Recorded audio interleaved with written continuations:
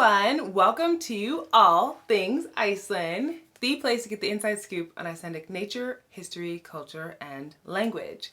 My name is Jules, and gleðilegt nýtt ár, which means Happy New Year in Icelandic. I hope that 2021 brings way more positive vibes for all of us, mainly because 2020 was rough, as we all know, but here we are starting off the new year, and I am really excited to be sharing this particular interview that I did with Andri Snær.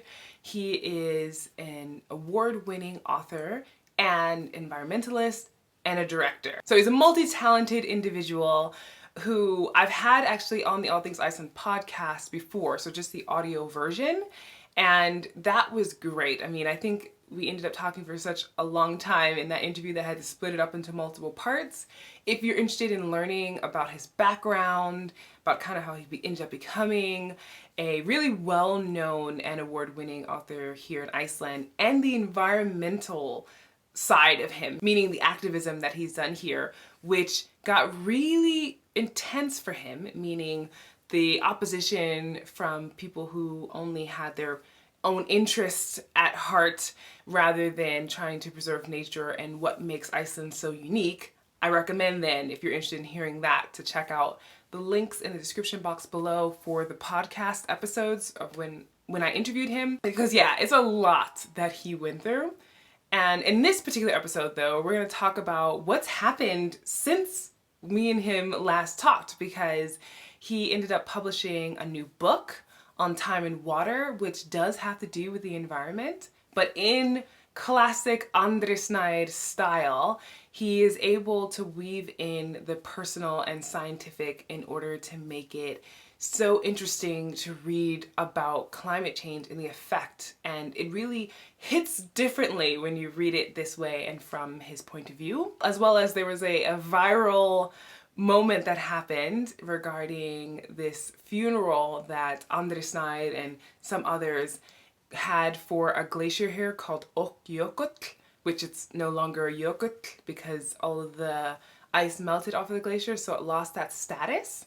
And Andri Snær is the one who wrote the letter to the future, which is on a plaque on Ok. So if someone were to go visit it, they could read that letter to the future. And for anybody who's interested in terms of his books, I will have links to his books in the description box. My absolute favorite is LoveStar, just putting that out there. If you're a fan of Kurt Vonnegut, Douglas Adams, those types of authors who have science fiction, humor, and of course absurdity all mixed together, I really think you would like LoveStar. On Time and Water is not available in the US until March, but you can always pre-order it if that's something that interests you. Okay, so let's jump into the interview. Go the skemmtun! Andri Snær, welcome back to the All Things Iceland podcast. Thank you very much. Always a pleasure to be on your podcast. How are you doing? Very well, very well. It was a pleasure talking to you. It was more than a year ago. So I published the episode with you in May of 2019, yeah.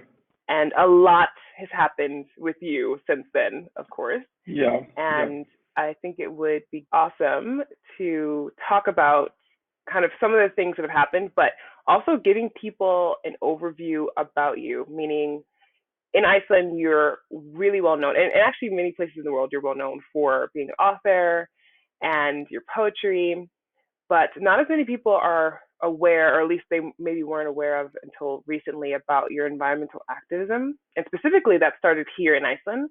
So could you talk a bit about some of the challenges you faced as an environmental activist trying to help preserve Icelandic nature? Well, that was, I think, when I was growing up, and you would watch the David Attenborough movies and kind of think about the future and what humans had learned from past mistakes and things. And we were kind of, acknowledging that we had been overgrazing Iceland, for example. So lots of our topsoil was lost. And like many of my generation were planting trees. So we were kind of reclaiming what had been the mistakes of our ancestors. So we were, and I think we thought we were heading towards some kind of improvement of environment. That is that we had learned from mistakes, and from there on, like when I was a teenager, things would be better. But then around the year, kind of just before the millennia, like the 2000, China was rising and gobbling up kind of the raw material of the world. So this sudden demand for aluminum came into the world market. And suddenly Iceland had the opportunity, not to Chinese companies, but to Alcoa and Rio Tinto and these kind of old conglomerates. Suddenly there was like this proposal or possibility that they could dam almost every single river in Iceland, and not as an exaggeration, but basically every single river and every single geothermal area in Iceland. And I'm not exaggerating. I'm not saying every single, like I was trying to make things bigger than they actually were. But every single river in Iceland was kind of under threat, or every major river, but also the smaller streams. So I thought, because one aluminum smelter uses energy like 1 million people, and a population of 300,000, that means like yeah, exactly. that means that normally you're not so aware of energy development or infrastructure projects, but suddenly it was like 2 million people moved to Iceland and needed electricity. So so I was worried about these issues, but I didn't have the background to talk about them. I didn't have the lingo of economics. I could say an area was beautiful, but that was not regarded an argument. I could say I really like birds, but that was just making me cute and innocent and not somebody that should be listened to. So, but I just thought something was fundamentally disturbing, and they were destroying areas that I thought were national parks or holy ground. It's like, I had been taught how to, don't tread on the moss, don't drive your car off-road, don't. Right. And basically because these rivers are glacial rivers, and they would have to be leveled out with reservoirs. And these reservoirs would then cover the little vegetation that was left in the Icelandic highland. So like the highland oasis areas would be drowned under these reservoirs. And you would also disrupt the natural flow of the rivers that serves the ecology of the ocean and marine life at the mouth of these rivers. So I just thought something was fundamentally wrong, but I didn't have the vocabulary. I wasn't like an expert in energy, in electricity, in economics or nature either. So I just got still kind of tangled up in these activist groups, and attended some protests and things like that. And slowly I started to kind of get some grip of what was happening. But I thought this was so. I thought this issue was so big and important that I was actually wondering, why are you creating anything in a society that is destroying so much? Because nothing that I could create would come close to the greatest nesting place of pink-footed geese in the world. Like what great story could I tell that would compare to that? And if I was the generation that lost that while I made some stupid book, I didn't feel like I would be regarded, that my time was well served. So at that time, we went into a similar situation as I think, well, America is very intense now, but we became deeply polarized, because this energy development was coming into as a rescue ring or a ray of hope for dying communities, because the fishing, both kind of advanced in fishing technology, needed less people, and then consolidation of fishing rights had maybe taken all the fishing rights out of a village and left people basically in a big, beautiful house, but totally worthless. And then just general change in society was creating that my generation was not moving back home. So it would be like a generation of my parents that thought a smelter in the 60s would have saved the town, and they believed, this is what it just struck as a metaphor for hope and jobs and a restart of the community, because you can't either downplay people's communities. I would say losing the greatest nesting place for the pink-footed geese was a tragedy, but losing your town, your village, is a tragedy. So we were, but instead of finding some mutual solution that kind of the whole nation would be on terms with, the situation went into a totally polarized debate. That is, either they get the smelter or they die, or they build a smelter and they basically destroy the nature of Iceland. So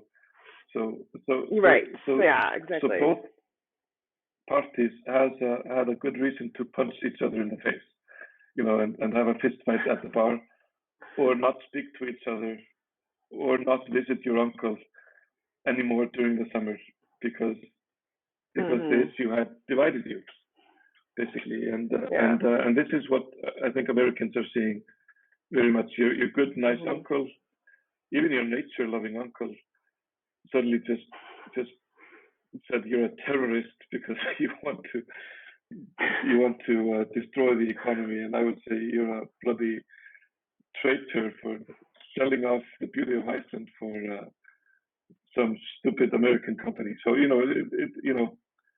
people that normally would have been in good terms with each other were not anymore.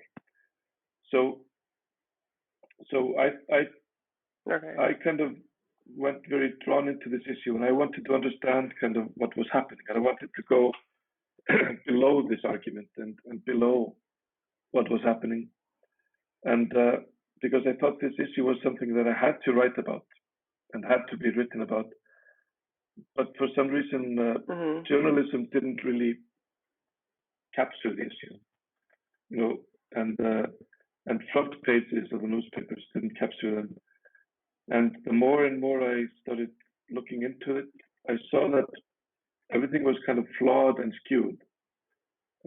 How could it be that a nation in the beginning of the 21st century was actually believing that their future relied on if Alcoa wanted to build a smelter or not?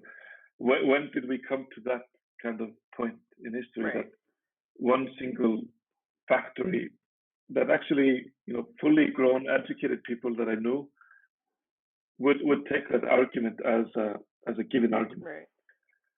So aluminum or death.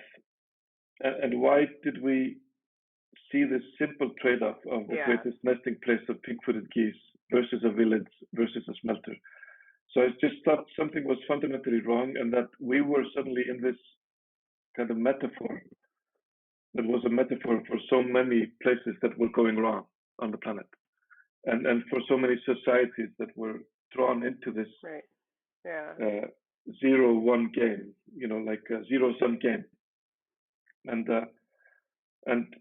so I had a lecture. I was asked to have a lecture for, and at the same time, the military base wanted to leave Iceland because we had no enemies. The Cold War was over, and U.S. intelligence knew that the Russians were not going to attack us, and that there was no threat whatsoever in the North Atlantic Ocean. So they just wanted to pull out the base and reduce the cost, and also maybe put some resources to the next mistake, which was the Iraq War. But that was another interesting debate because the town next to the base didn't want them to leave. So I thought, again, that was a beautiful metaphor. That is, the war is over. The Cold War is over. They want to reduce military spending, and that becomes a tragedy for a town. And again, journalism couldn't kind of handle it because they would go and speak to people on the street, and they would say they can't leave. If the base goes, our town dies, and our teenagers will start drinking and social disorder and home domestic violence. Everything will just go haywire. Yeah. And right. And again, this was an interesting thing. Okay, so we are one of the richest nations in the world, or we are in the height of prosperity, and we can't keep the greatest nesting place of pig-footed geese, and we need a presence of a military even though there is peace. So there was like something fundamentally wrong in our approach to reality, to our choices, to our opportunities, to kind of how we sensed where money comes from. There was just some total alienation happening there. So I thought that was kind of very interesting in a deeper level than just wanting to preserve a nesting place. So I was invited to have a lecture. I'm sorry, I'm doing a monologue now. I'm not discussing. so it was okay. It's all really interesting, and I think it's giving great background. So I was asked to have a lecture the same week for the annual convention, the annual marketing convention of Iceland, for the staff of the stock market of Iceland, and for the annual convention of the Left Green Party. And I thought, okay, I don't have time to make 3 lectures. I'll just make 1 lecture, and I'll just remove all kind of the political jargon. I'll try to get this issue so I can actually have the same speech for the Left Green Party people and the stock market staff. So I spoke about. So I took these kind of biggest issues of Iceland as kind of a case study of creativity, actually, and how we are creative, how our choices are, and how we can get stuck in realities because we can never kind of imagine the alternative reality that we might have been living in. So the military base became a beautiful example of why military spending can't become less in the world, because everywhere you're spending this money, you have a government, you have a nice town, you have good people that want to work in these factories, and they don't want to work less, they don't want to earn less, they don't want to have less activity next year than last year. So we were proving Eisenhower's warning about the military-industrial complex, that when you have 2 million men, women working in this, this machine does not want to stop.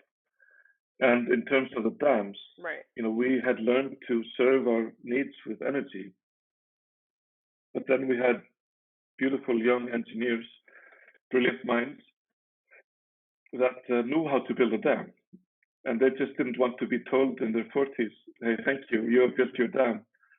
Now you have to recreate your career and do something else. No, they were better at doing dams after each dam, and they just didn't want to stop making dams.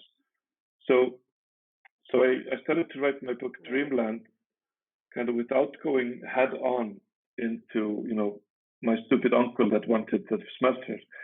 I wanted, or pleasing my friends that wanted to preserve the geese.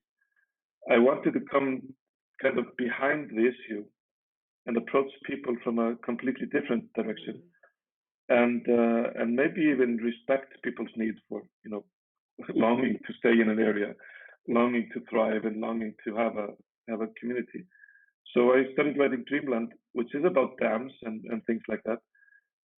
But I don't actually mention dams until page 200.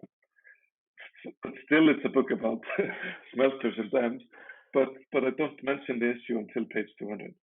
I remember when we talked about this back in the first kind of set of interviews and how this ended up, like Dreamland ended up changing some people's minds. Like they had been kind of set on who they thought you were, or like, you know, what you were fighting for. And then as they got a better understanding about the situation in Iceland, like you mentioned, all of the streams and the rivers being dammed and what that consequence would be, it would actually turn people around who had already thought they made up their minds. So that was kind of fascinating too, that this manifesto of yours about the environment was powerful enough to have this type of impact here. Yeah, I think it was also because I didn't approach people, I didn't use the jargon that was being used.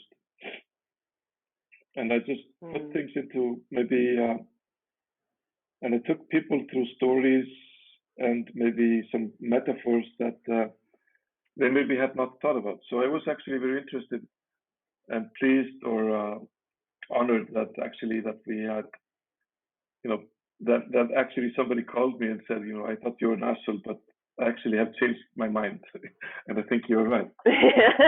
So because that's so rare, you know. Normally, if you change your mind, you have lost, you know. And normally, we're supposed to win an argument, and you lose an argument, and nobody wants to be a loser. So nobody wants to change his mind. And so I thought, and I also felt that it was a good insight also into kind of the. You know, it was a very good school in protest and impact and persistence and power structures. So it was a very but completely draining also. You know, like I feel for all these activists in America now because it's like taking your candle and burning it both ends and with super glue. So you have a candle here. Until it burns into your palms. So it's and I could see so many people like using all the resources because you get so tangled up in the cause, and it becomes so. I think my body thought I was in a civil war or something because I would wake up at night like with a heartbeat. And I think I think my body thought I was in a war situation. Everything was so tense, and we could be losing the area next week, and it was like next Thursday there's the parliament discussion. You know, it's do or die next Thursday because then they decide. So we have to mobilize 10,000 people, and so I was like on the phone like constantly mobilizing. But I got to know lots of my favorite people in my life through this, and but I actually got to know many of the opponents too, and I don't really dislike them, like people that were on the other side. So if I meet them in the street, I have a chat, and okay, it's friendly. Yeah, it's friendly, but at least there's just a few. It's only if people really stepped over the line and became like severely dishonest and really brutal. Then I was like, like I don't like you, but maybe people working for the companies or something. I don't have like I didn't actually consider myself having enemies, but I think I did make some enemies. But personally, I didn't make many. It's kind of hard not to. Yes, it is. Yeah, it's kind of hard not to Yeah, especially when these are business opportunities and people are really looking to like make lots of money, and in essence, this to them feels like you said it's like a personal attack in essence on them and their potential to be billionaires or something. So but it was like an evil social experiment because Iceland is divided by rivers. That is, we have rivers that is kind of the main line through every single community in Iceland. There's a river, and suddenly you create this situation where all the rivers are up for grabs. So basically, the river would be something that people would cherish, or the business opportunity would be something that would, make their eyes glow. So this would destroy communities all around Iceland, like tear them apart basically, because one group, one political party would like to dam the river, the other not. So this made politics much more vicious and much more polarized, much angrier, much, Yeah. So this was not a very good time actually in Iceland. And so, like I say, I really feel for America now, what's happening there. Yeah, and all the things that make Iceland beautiful, like for instance, the fact that, of course, tourism blew up after Eyjafjallajökull volcano went off, but like people wouldn't have been even maybe aware of how beautiful Iceland is if these rivers had all been dammed and all this stuff had changed in the country itself, the nature. Yeah. So basically, it was also kind of destroying the identity of Iceland and some kind of way the soul of Iceland, and that was much of the holiness that many consider is in the Central Highlands of Iceland. Just going there with bulldozers, so it was like it was. I remember when I saw from the War of Iraq, when the interview with the head of the National Museum after it had been raided, the National Museum of Iraq or something, after it had been raided and broken to pieces, all these artifacts. That's actually how we felt. When you take machines and bulldozers and explosives and you just basically destroy 50 square kilometers of pristine land. It's brutal. It's painful to watch. Yeah. So that's why people became so strongly polarized also, because it went below like normal opinions of policy or 5% tax or 10% tax. It went far into the core of people's identity. Right, absolutely. Okay, so this happened, meaning like you were and other people were able to stop this damming of the rivers and everything. We managed to push the machine out of some areas. Okay. We didn't stop everything. But there's still smelters. We lost some areas, but the madness of that time is not here anymore. Yeah. And there's different, I'm guessing, feeling about how important Icelandic nature is to many of the people who have maybe been on the side of the opposing side from you. Well, we won some time also. I don't think many people regret that we won.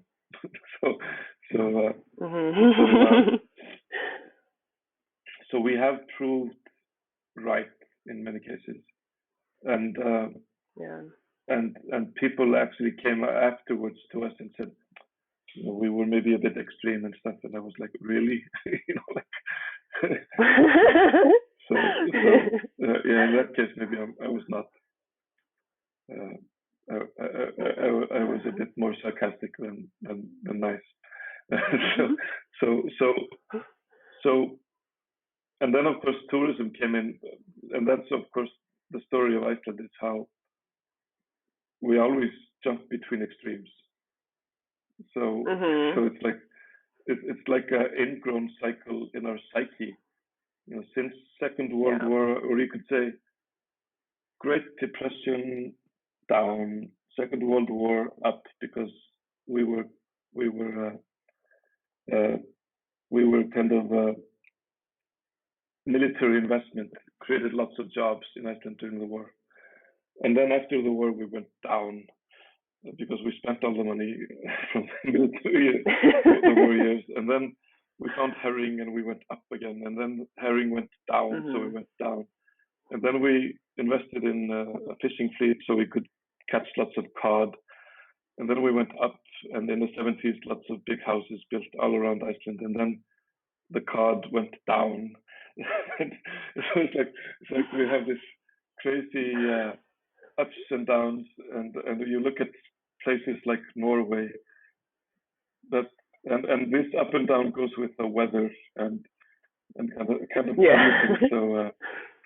So Iceland can be very intense in that way. Like you look at somebody in Norway that lives in a house that looks like it's been there for 100 years without any economic fluctuations, and they say, "Why don't you meet me the 12th of March and we'll go cross country skiing together at 5 o'clock?" And I'm like, I don't know if I can go cross country skiing the 12th of March here in Iceland because it might be a blizzard, it might be raining, it might be whatever. Yeah, maybe not enough snow. Maybe there won't be snow, maybe there will be too much snow. So how can you talk like this? Yeah. How can you plan the future like the future could be calculated? Are you a prophet? Or nobody knows anything about the future. True. So just gobble up what you can now and prepare for the next down. So now then tourism went up like crazy, and then something came and just turned off tourism in overnight. So like a light switch, So, insane. But everybody expected that. I didn't expect a virus, but everybody was talking about, okay, this hotel here, what kind of an elderly home should this be, or what kind of a student apartment? That's true. Or you know, how will we use these facilities when this goes down? So that's what we're discussing now. Yeah. I've been working in the tourism industry since I moved here, and the trend has definitely been this decrease, at least, especially from certain places like the U.S., UK, meaning the numbers of people coming. Granted, there were still lots of people coming, but just not the same amount of millions. And this, of course, with all the companies that had decided to start up and get in on the business of tourism, was affecting everybody, right? With all the competition and the race to the bottom when it comes to pricing. And it's a discussion, and yet everyone's keep going in the same cycle of like hoping it just will change again, and all of a sudden tons of tourists will come. And this is pre-COVID, that there was already you could see it going down quite a bit, and the plateau had already met some years ago, and it has been on the way down for many years. So you're right. It's just, and now it's like 5-star hotel in Iceland that is still being built, and it's like, who's going to be in this hotel? Like, this is insane. But this is, like you mentioned, the mentality of like, just gobble it up, go for it, see what happens, take the risk. Yeah. Okay. So just imagine how beautiful the ruins will be. Picturesque. Just design it so there'll be picturesque ruins. That's the only thing. Like the abandoned hotels. There are already apartments, luxury apartments downtown that no one's living in because they're too expensive. So there's signs of this to some degree. Yeah. Okay. So things have happened since that time, since Dreamland in particular. I mean, you've published other books, you've won awards, not necessarily about environmental issues, but as of 2019, you published On Time and Water. And so this kind of brings you back to that root of I almost want to say Drømland. That's the name of it in Drømland, in Icelandic, but of Dreamland. And so, can you talk about now, like, why did you feel like, because now you're taking it on an international scale, because Drømland was in Iceland, basically. That's where a lot of the people read it. But On Time and Water, it first was published in Icelandic, but now being made available in other languages. And why do you feel like now I need to kind of jump back into this conversation and tackling the vast issue of climate change and somehow, getting this across to people? What was that? What sparked that in you? Yeah, that was kind of, so after Dreamland, I was totally drained. So I did both Dreamland, the book, and the movie. And then came the crash, the economic crash, the banking crash. I forgot to mention as the cycle. So minor details. And because my book was the only book available in English from Iceland, or one of very few books about current issues available in English, I think every single journalist in the world contacted me.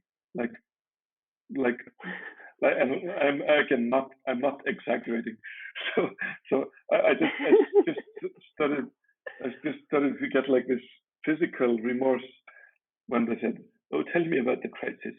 decrease, eine Frage auf decrease. And I was like, ask me about my children's books.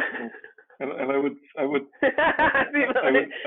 answer a New York Times journalist, and then I would go on Amazon, and my rant about the banking crisis would not budge my sales on children's books. So I was like, why am I answering these stupid questions?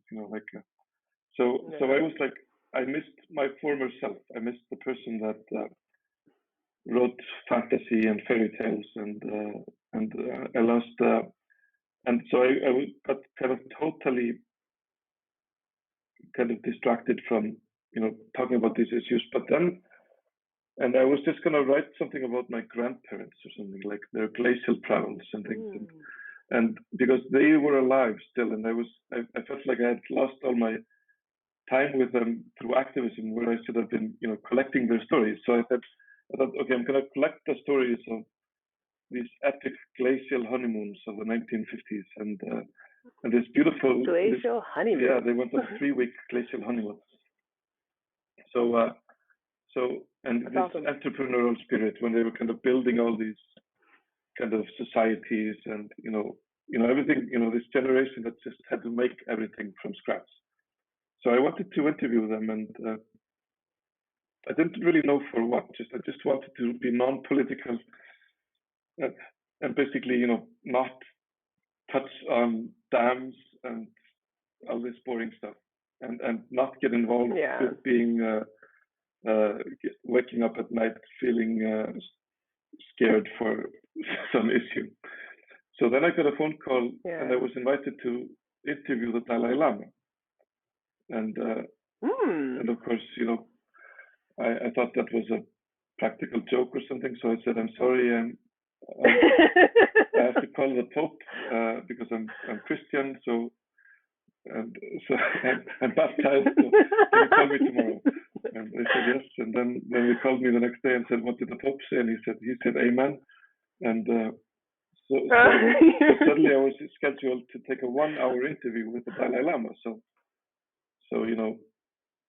you prepared some interviews, but I was like, wow, I have to prepare this interview. Yeah. Like, what do I ask a person that has reincarnated 14 times? It has to be a super intelligent question. So then I went into mythology, Nordic mythology, and in Nordic mythology, the world starts with a cow, a frozen cow. So first there was nothing, and then came the frozen cow. Not like the Bible. First there was nothing, and then came light. No. First there was nothing, and then came the cow, and it was a frozen cow. And from the udders of this cow came the 4 rivers that nourish the world. And from there came the first god, and then from that god, blah blah blah. It's a really dark, bizarre kind of origin story, and it doesn't make any sense. You can't make a Marvel Comics movie out of this cow. It's just impossible. And it sounds like a misunderstanding, like a whispering game that went wrong. First there was nothing. Right. Yeah. Somebody told somebody. Telephone. Somebody told somebody something, 2,000 years ago, and 1,000 years after the story was told, it washes up on Iceland as some kind of a. I think it started with a cow. so I heard cow. Let's go with that. I think my grandma said cow, something like that. Yeah. So So then this goes further, and the cow's name is Humla, Humla. So, and that doesn't make any sense either. It's the Humla of prosperity, and it still doesn't make any sense. But if you go to India, of course, where Dalai Lama is in exile, they have the holy cow in India, and they have the world cow there, which is Kamadhenu, and this cow embodies kind of all the elements and all the gods of the universe. And the foundations of that cow are kind of a snowy feet. So it has like mountain feet, this cow. So the mountain feet of the cow, the foundations of the cow are the Himalayas. So, okay, interesting. A cow standing on the Himalayas.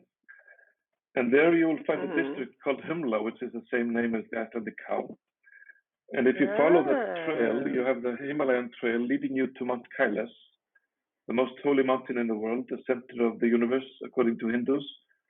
According to Buddhists, the throne of Shiva for Hindus. And from there come the four major rivers that nourish the world: the Indus, the Ganga, the Brahmaputra. And of course, the source of these glaciers of these rivers are glaciers. And one of the major sources of the Ganga is a glacier called Gomuk, and that means the mouth of the cow. So suddenly, of course, a frozen cow as a source of life is a perfect metaphor for a glacier. You know, because it's a perfect system. It's totally free.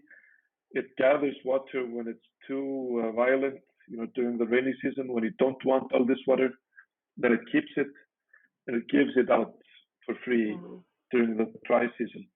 When you really, when your life and death actually hangs on, you know, this meltwater from the glaciers that it's gathered during the summer. But then, because of global warming, these glaciers are all retreating, and that is threatening kind of the foundation of life for 1 billion people. And the Dalai Lama was showing lots of concern for this issue. And these are 3 nuclear states that are relying on this water.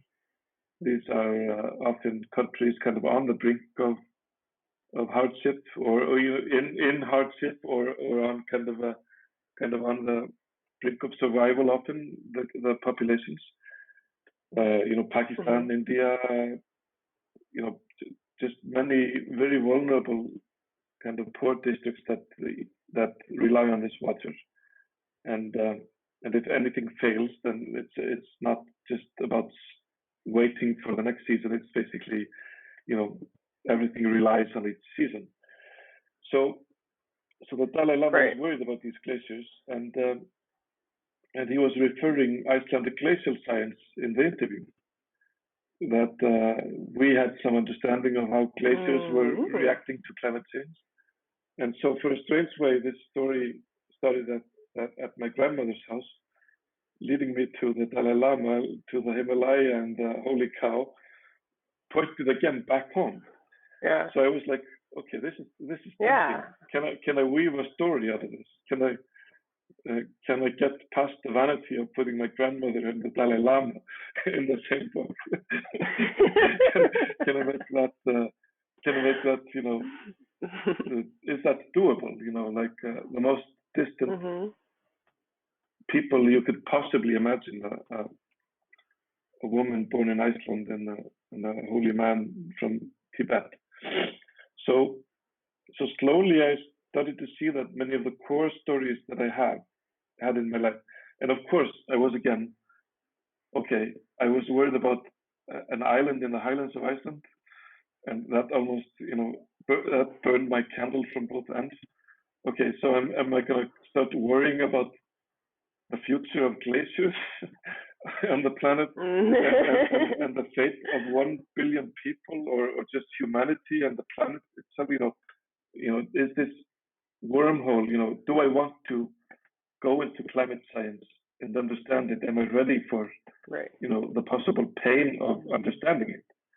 You know, do I want to understand it? Do I want to fill myself with worries? You know, is there hope there? You know, or am I just kind of taking my happiness and flushing it down this black hole? So then the question is, and how do you add to all this discussion, all this literature, and also this polarized issue of climate change? And so that was the big task.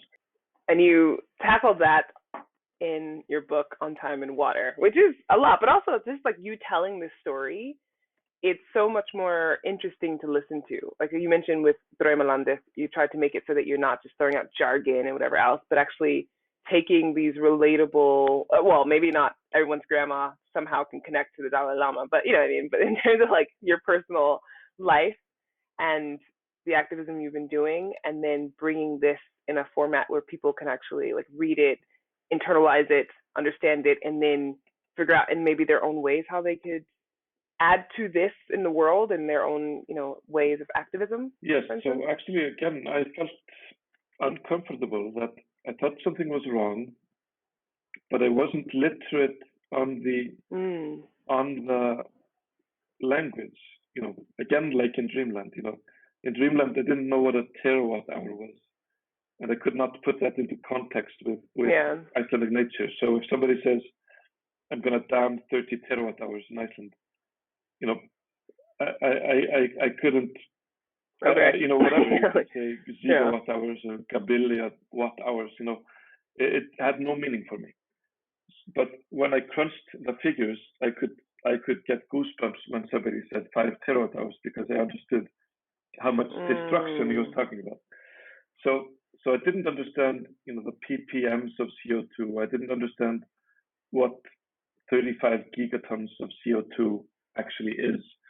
And I was diving into the IPCC reports, and it was almost like the apocalypse was being decoded. Like, it was not put into the most accessible form.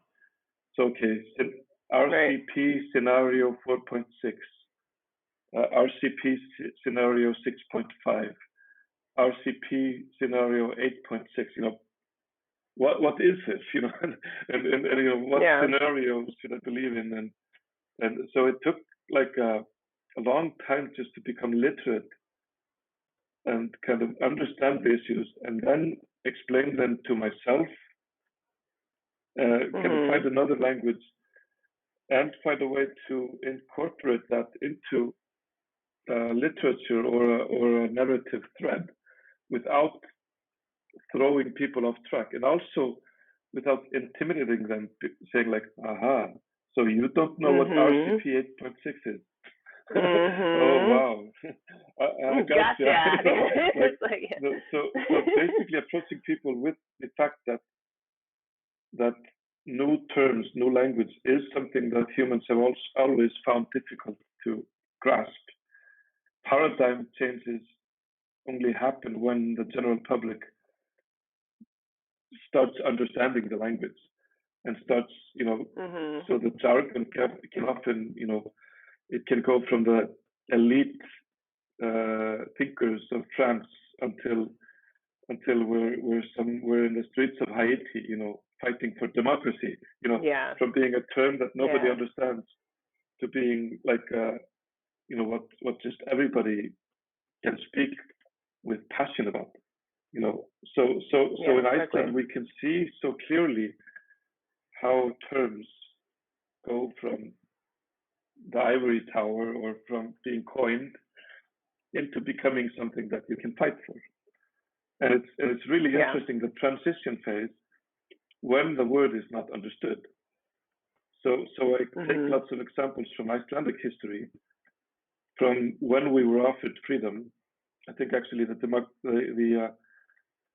so when we got like a constitution, when we were offered freedom in 1809, but the terms of the French Revolution had not been translated into Icelandic. So like freedom, democracy, it's like I'm offering you some just jargon bargain. Why don't you want jargon bargain? And after 100 years, somebody says, well, Andri offered Jewel's jargon bargain, and she didn't want it. So when they said jargon bargain, democracy in 1809 just had no meaning. What does that mean? Right. And democracy, freedom, parliament, when they said every man is equal, no, what do you mean? That's, no, every man is not equal. I have to explain to you. That man is more important than me, because I'm a peasant, and I'm not even allowed to sit in the church because there's not space for me. So I'm sitting outside the church because that's where I belong. And this person takes the decisions. What do you mean that I should raise my hand and have a say? Because so in Iceland in 1809, this king of the dog days, Jörgen, came and he locked in the local Danish rulers, and he claimed Iceland is free from Denmark and everyone is equal.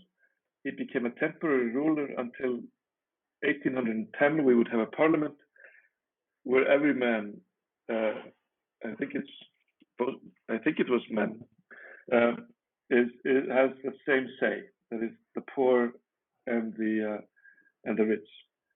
And of course, that contradicted society totally. 88% of the nation were poor tenants. They didn't own their farms.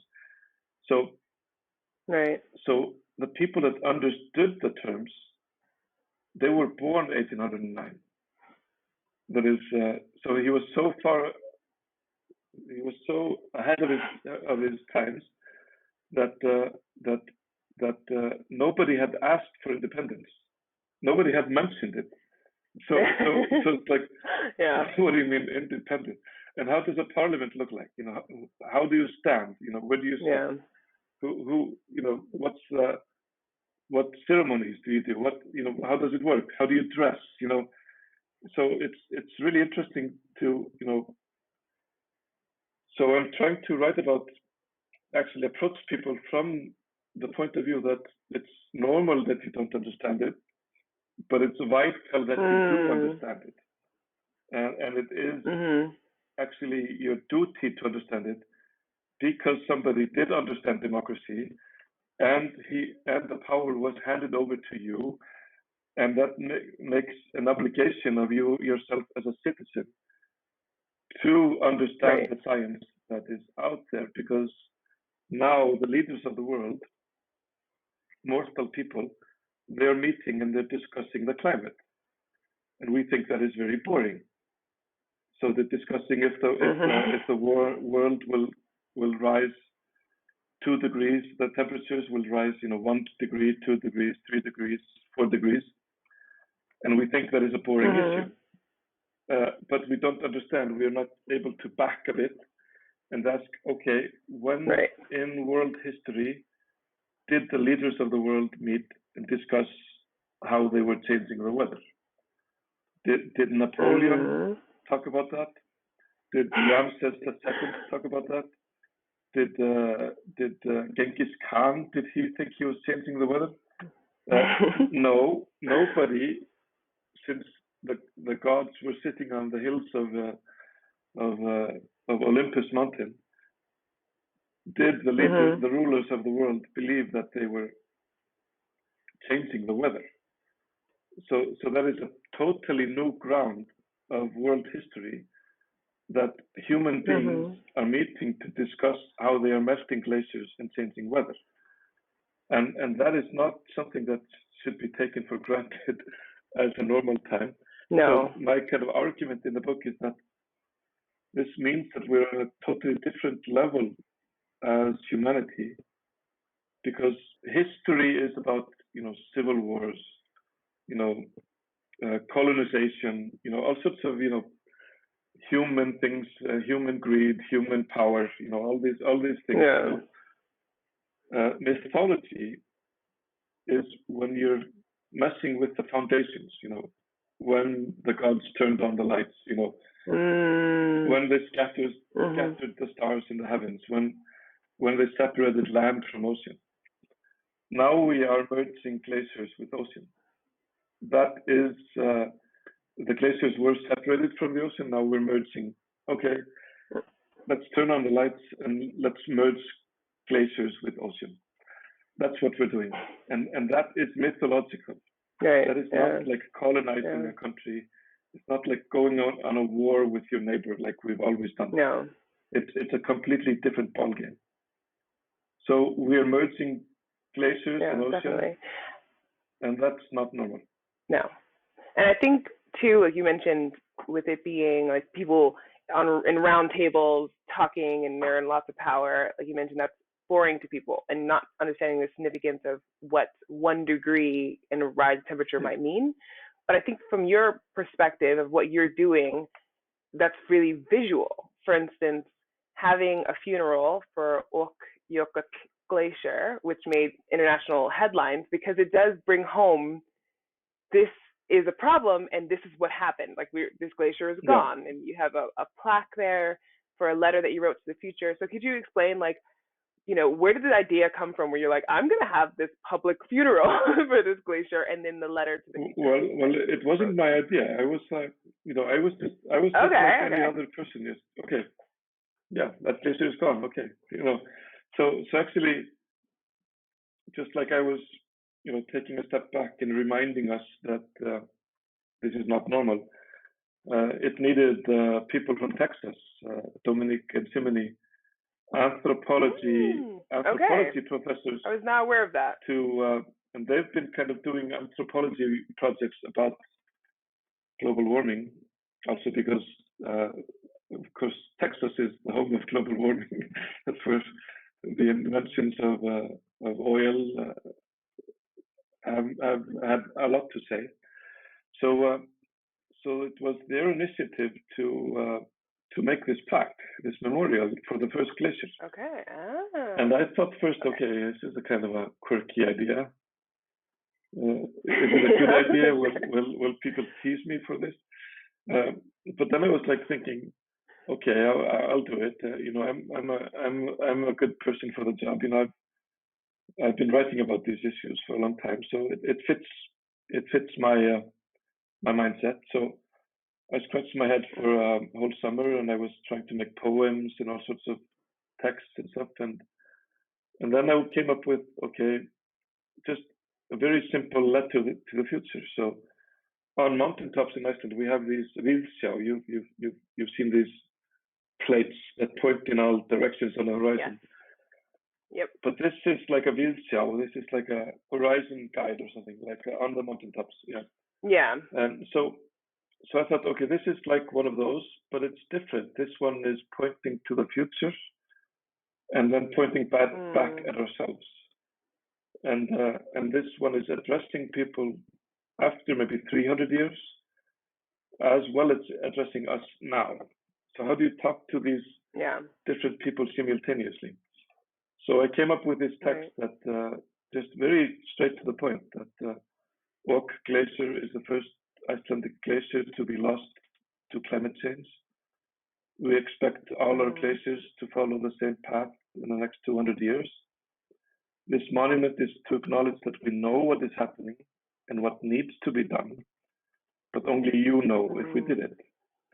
August 2019, 415 ppm of CO2. So just make that in copper. I actually did not expect anyone to see this text. So my main anxiety was first, if I make a misspelling, it will be difficult to fix in copper. and secondly, hopefully it was proofread before. and secondly, I thought, okay, who's going to climb this mountain and stumble upon this plaque? So maybe 10 people a year in the next 100 years. So it's not going to be like a. But then this went viral, and this is probably the text of mine that is almost like a reference point. I can actually almost ask somebody on the streets somewhere in the world, do you recall that happening? This memorial to a glacier, and many people will remember that. So it struck kind of this perfect moment in history, because the major news channels had decided that climate news needed more attention, but you can't say yet another story about a polar bear or so this was quirky enough to kind of and the text kind of struck a chord, and so this went totally viral, and even the mayor of LA, he read this text when he was taking over the C20, which is kind of the collective of the biggest cities in the world, the mega cities. So he said the next 10 years define humanity. So he read this text, and I was like, okay, I've been having a bad conscience of my carbon footprint, but I think hopefully, if only 0.00001% happens after the words of the mayor in LA, then I have compensated for my life's emissions just by writing this. Your life's white clean. So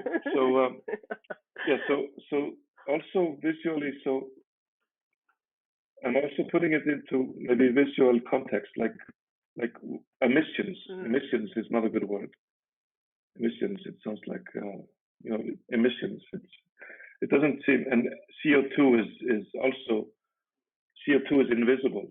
So invisible emissions, it's not smoke. If it was green and the world was getting pinker or something, it would be easier to kind of show us what's happening to the world. But because it's invisible, and 35 gigatons of something that is invisible, that's just a very, very much of nothing. So I recalculated that into volcanic eruptions, because that's visible, So you remember the Eyjafjallajökull volcanic eruption, because sometimes we think humans are small compared to nature, and what's bigger in nature than volcanoes? So we must be dwarves compared to volcanoes. So or ants according to volcanoes. So we had this volcanic eruption in 2010. It emits the emissions from that, the CO2 was about 150,000 tons per day. Humans emit about 100 million tons per day. Ooh. So if you divide 150,000 with 100 million, or was it the other way? Then we get the equal of human impact is like 666 of these volcanoes. I'm sorry for the mystical number, but I was just doing math. I was not trying to be death metal here, but 666 volcanoes erupting every day, all year, week after week, month after month, year after year. That's intense. Because the Icelandic volcano is only erupting like 2 or 3 weeks. It's not like, or maybe one summer or something, but it's not a constant phenomenon. So this, and you ask anybody, any geologist, can you tell me when Earth had the last 666 decades of volcanic eruptions? He will not be able to point at that time. And yes, he will be able to point at that time, but it will be a very clear mark in a very clear fossil mark of a great shift in everything in nature.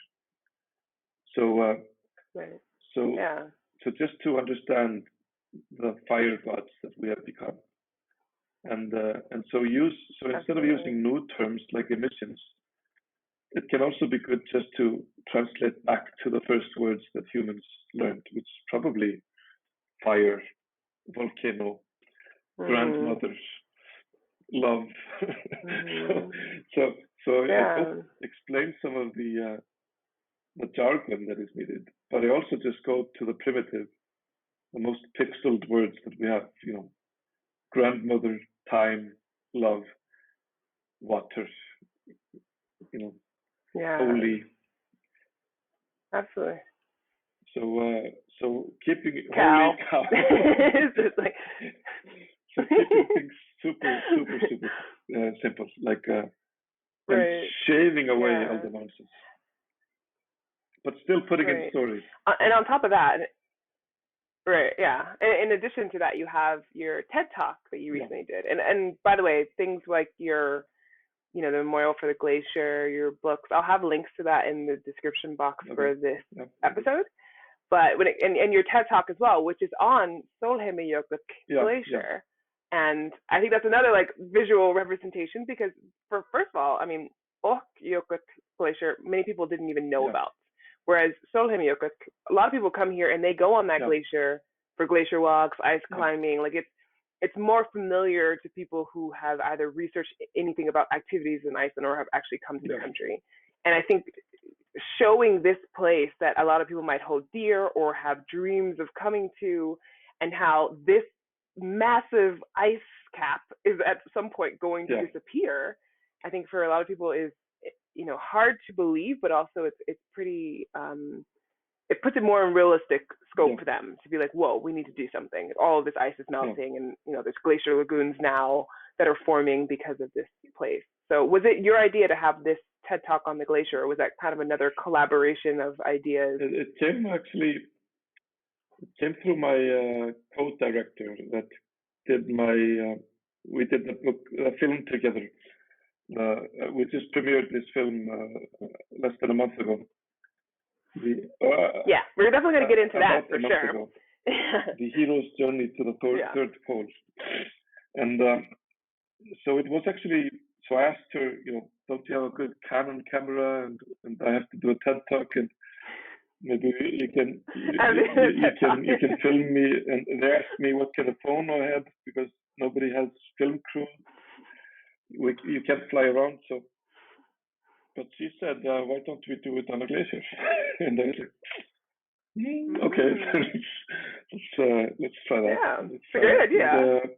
And it worked out very well, and we were lucky with the weather, and it turned out very good. So I was a bit stressed. I was like, what if there's too much wind, or if it just looks silly? But I think it was a good statement to just be on a glacier. Yeah, definitely. I enjoyed watching it. It's not very long, but it's impactful all the same. It's succinct and directly to the point for sure in terms of what the future holds for us. How many stories I could tell in 3.5 minutes, because I managed to say, like, I was like wondering what more do I want to say, and I was like, not so much more. Yeah. Great. So in regards though, and your book though, is it out in the United States? It comes out in March. On Time and Water. Yeah. In March. Okay. In March, but it's out in English in the UK, and it's coming out in 27 languages. So it's wow. So I've been it's doing very well in Italy now. So I'm awesome. I have become a big intellectual in Italy.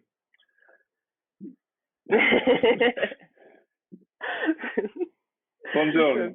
With the Italian grandmas now, you've got like yeah.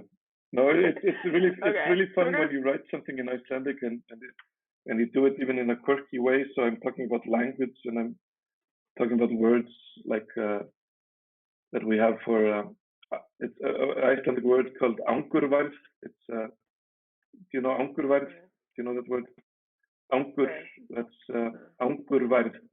It's like when you sit by the campfire and the evening is coming to an end, and you're singing kind of the last songs, and it's like a sad song, and you get this melancholic kind of good sweet. It's like sweet melancholy or sweet sadness. Bittersweet. Yeah. But bittersweet. Yeah. Still, so angur is kind of something that troubles you, and varð is something like it's like being tranquil. So it's bitter tranquil. It's like soft anger or something. Not soft. Yeah. Okay. Soft remorse or something. Yeah. And because it's going to end. Is that why? It's like this good moment. But in the Faroe Islands, they have a similar word that is called sorgblirni, and that's made of the word. That is sweet sorrow, actually, or like sorgmætur. Yeah. So there's a bit more sorrow in it, and and so I'm writing about words like this, and how if you don't have a word for things, maybe you can't feel the things.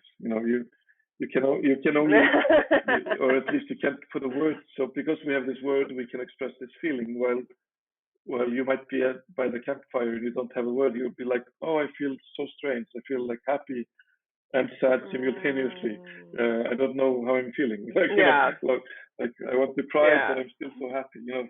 So it's like you would have to explain the feeling, but if you have the feeling, a word for it, then you can use it and you can kind of capture it. Right. Yeah. So there's a lot of I don't speak German, but I know that there's a lot of German words that are like that I've heard about, right? That like allow you to express a feeling in one word. Yeah, so I'm writing a bit about those things, and I was a bit, and somebody warned me that I couldn't write like that because I wanted to write an international bestseller, and then you should take away all the small quirky things and just keep to the general, just.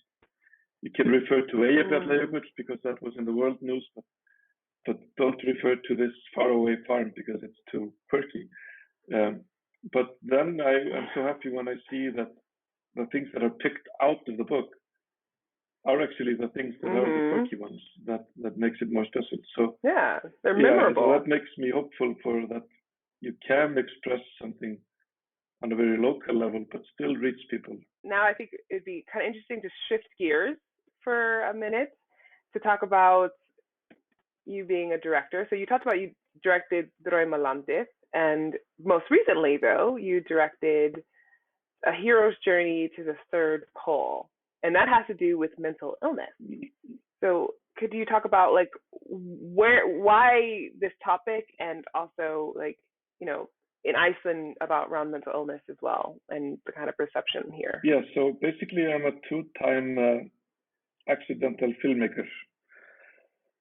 Yeah, accidental? I never had the intentions of being a filmmaker, or I would never have even had the hubris of claiming that I could be a director.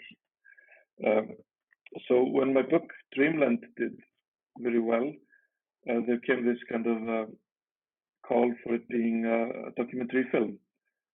So the rights were sold, and there was a producer took it over, and a director came into the picture, but I got severely involved in the process. So I was helping with the interviews, doing the script with the director. I was in the field filming. I was choosing the locations to film. I was on the editing table with the director. I was in the music chamber making the score, or like giving feedback on the score. And then finally, when I came to the titles, my producer asked, "And what's your title?" I said, "I was just helping this and this and doing this and this and this and this and this." And he said, "You were actually the co-director. You were doing as much as the director." So nice. I was like, okay. So I got that credit because that's what I did, but I didn't really claim it, or I didn't intend to be the director. And then that film did very well. It went on the festival circuit, so I got some more insight into documentary, but I never really had kind of the identity of being a director or a filmmaker. So I didn't have any plans for doing another film. So it was like but I might know that I did have the intention of possibly making Time and Water into a film. So I did interview the Dalai Lama on camera, and I did interview my grandparents, but nothing really happened at that time. So then I got a phone call from Högni, which is a legendary Icelandic singer, and so he came out as bipolar after running against, maybe about 8 years ago, after running against the Reykjavik Marathon. That is, he ran the wrong direction in a manic episode. Yeah. And he was hospitalized, and he kind of got stable again. And he decided to confront kind of the gossip, and if people thought he was on drugs or something, and just talking about bipolar disorder.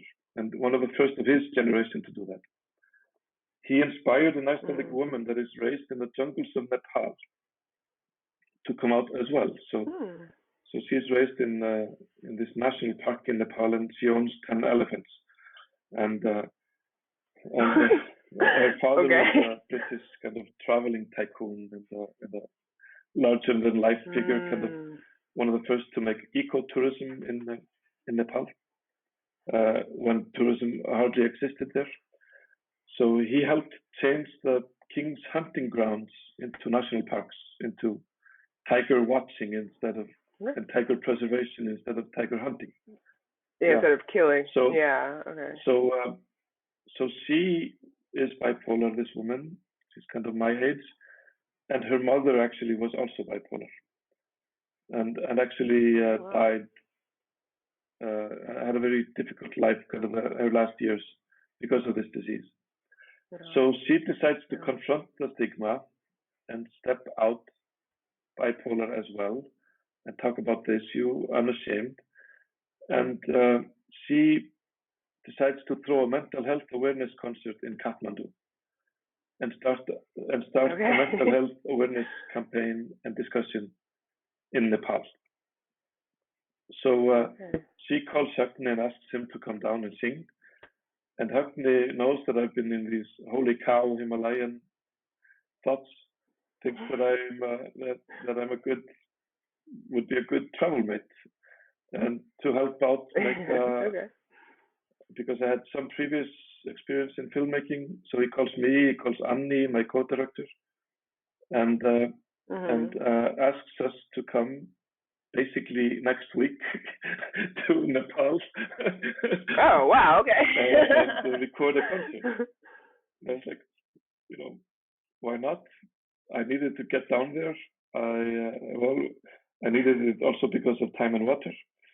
And I was also interested in mental health issues, and I had been writing a bit about suicide in one of my books, because a boy in my group of friends he committed suicide. So I was interested, and this was about a suicide prevention line. So I was okay. I'll join the group.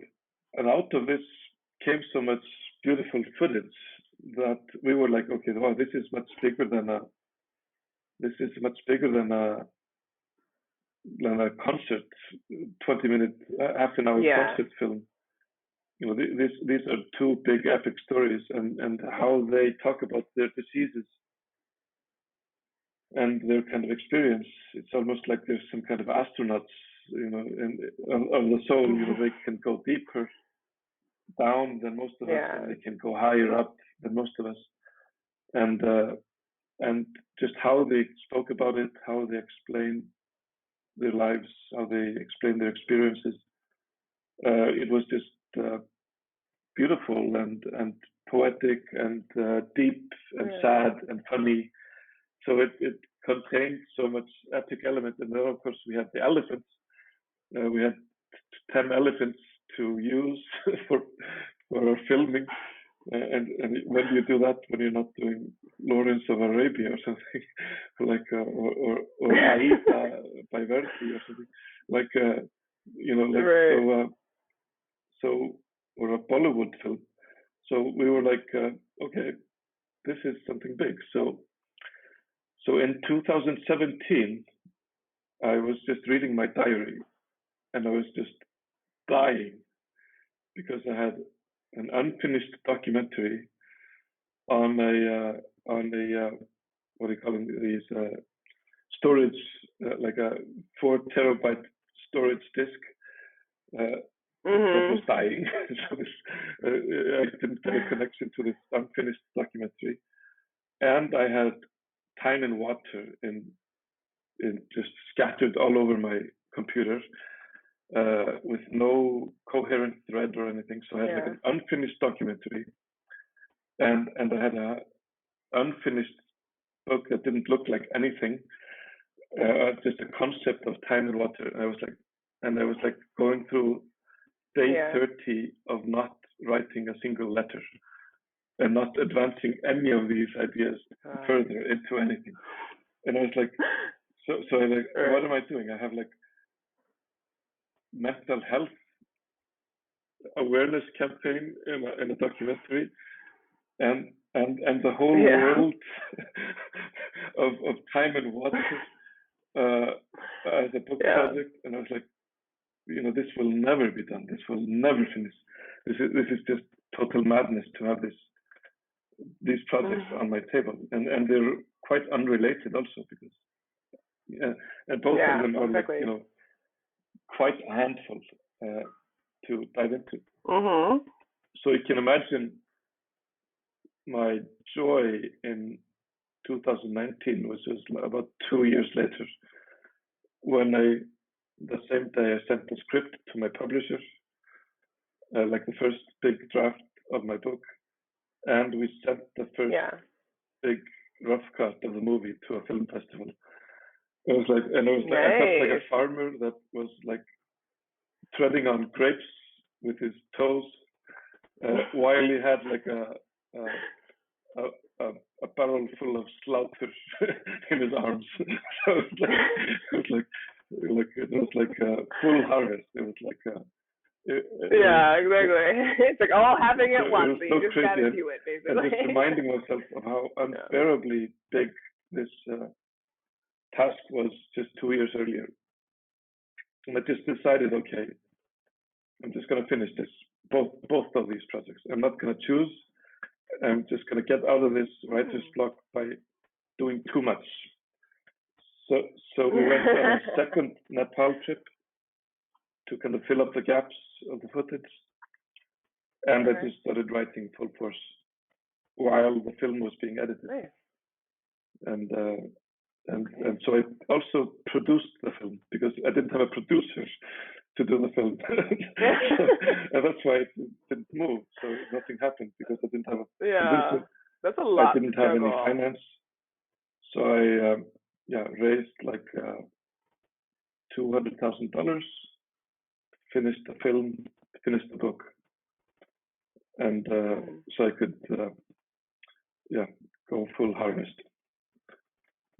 Yeah, and now you're done. Yes. Book so is now I'm published. Movies. Now I'm just doing publicity, PR. Yeah. Nice. Well, congratulations on getting all of that done. And in terms of because we talked about a little bit. Okay, there's mental health in Hockney, for instance, in Iceland, and people thinking he was on drugs. Is there a change when it comes to the perception of mental health here? It has changed dramatically for people. Is that there's a shift happening? It's changed a lot since even after we started filming in 2016, late 2016. There's been lots of stuff in television, lots of stuff in the news, in the papers, lots of people opening up and normalizing basically mental health to the extent that I think people could imagine they could have so I don't think people are as prone to prejudice and also just basically the stigma of becoming mentally ill. The idea of going to a mental hospital is enough to, just like before homosexuals or gay people came out of the closet, that was enough to drive you into depression. Just the fact of being not being able to be what you are in society. Yeah, not thinking you'll be accepted. Or if you came out as what you are, you would become an outcast, which was just either from your family or your for your friends or a job, or so you could lose everything. So that in itself was a social problem that I think has been reduced quite a lot.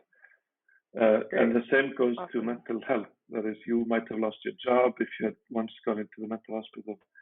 You would not be trusted with certain tasks, or your family, your wife, your spouse, your husband, would not want to be affiliated with madness, or so just the fact of becoming mentally ill is would be enough to become mentally ill. Right? It's like, if it's not bad enough already. So the fact that you were diagnosed as crazy could drive you crazy. So this we thought was an important thing. So what we did was we're portraying these two characters. They both have bipolar disorder, but they're not patients. They're just people, and they're not defined by their illness. They can talk about their situation. They maybe have to keep and struggle to keep balance and keep out of, alcohol or intense situations, or they have to get enough sleep and move, and they just have to keep themselves on the line and not be tempted into going into the mania, which can be a really kind of for many can be a tempting situation because there's so much energy in that. That comes out of it. It comes out of it. Yeah. So we tried to talk to a doctor, for example, but as soon as he diagnosed them, then we stopped seeing them as characters or people. We started to see patients or symptoms or symbols of a disease. So we just let them kind of define their situations and what they are, and they tell the stories, and we understand it through them. And then somebody saw the film and said, "But they're not sick." Yes, no, they're not sick because they have been sick. Yeah. It's just like when you get, if you get COVID, it's not like you're COVID for life. You had it for a month, but it doesn't define who you are. Yeah. It's not like you have to wear that identity all your life as your main identity. Yeah.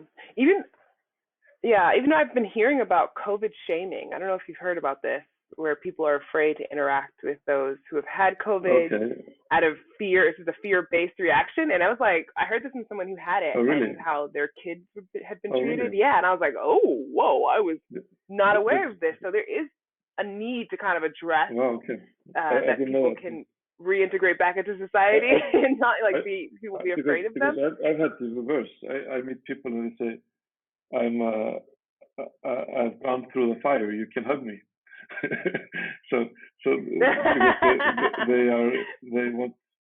they won't catch the disease, so they can hug. Yeah, they're immune. Yeah. Well, I want to wrap this up. This has been a great conversation about huge topics, like you mentioned, the world, climate change, global warming, and mental illness. Yeah.